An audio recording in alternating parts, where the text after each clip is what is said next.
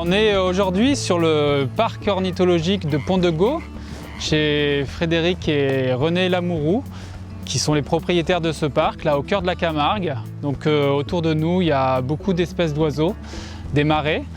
Et ils nous ont accueillis cette année, au début du mois de mai, pour installer notre nouveau rucher de l'association.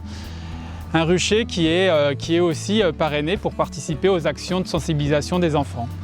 Et aujourd'hui, on est là pour accueillir les parrains, leur faire découvrir le site et leur ruche qu'ils ont parrainé en 2020. Bonjour. Bonjour. Bon, je pense que je suis bien au bon endroit. Je sais pas. Qu'est-ce que vous cherchez? Je cherche les ruches. Oui, vous êtes au bon endroit. Vous êtes monsieur parfait. Monsieur Jouffrin. D'accord, très bien.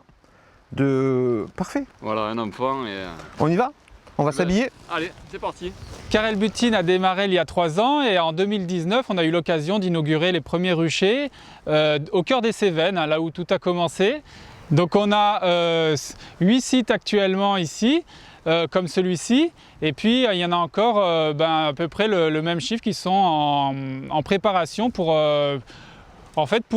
permettre aux parrains de pouvoir aussi à terme visiter leurs ruches, peut-être dès 2021, mais sans venir forcément sur les ruchers d'origine, ceux du sud de la France.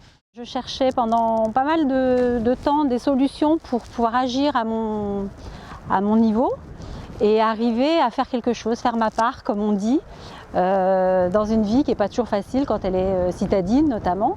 Et donc la rencontre de Mathieu et Fabrice a été vraiment révélatrice parce qu'à travers leur association, j'ai trouvé une philosophie que j'apprécie énormément, notamment une philosophie qui s'appuie vraiment sur la pédagogie d'abord, apprendre à la nouvelle génération, sensibiliser la nouvelle génération à la biodiversité et puis à la sauvegarde des abeilles. Ça m'a plu d'avoir touché le miel, j'ai bien aimé. S'investir pour préserver les abeilles, c'est aussi participer à l'association en termes d'appui, comme on le fait pour sensibiliser les enfants dans les écoles, donc du bénévolat, on va dire tout bêtement, mais aussi avoir des gestes simples sur chez soi, replanter des espèces mellifères.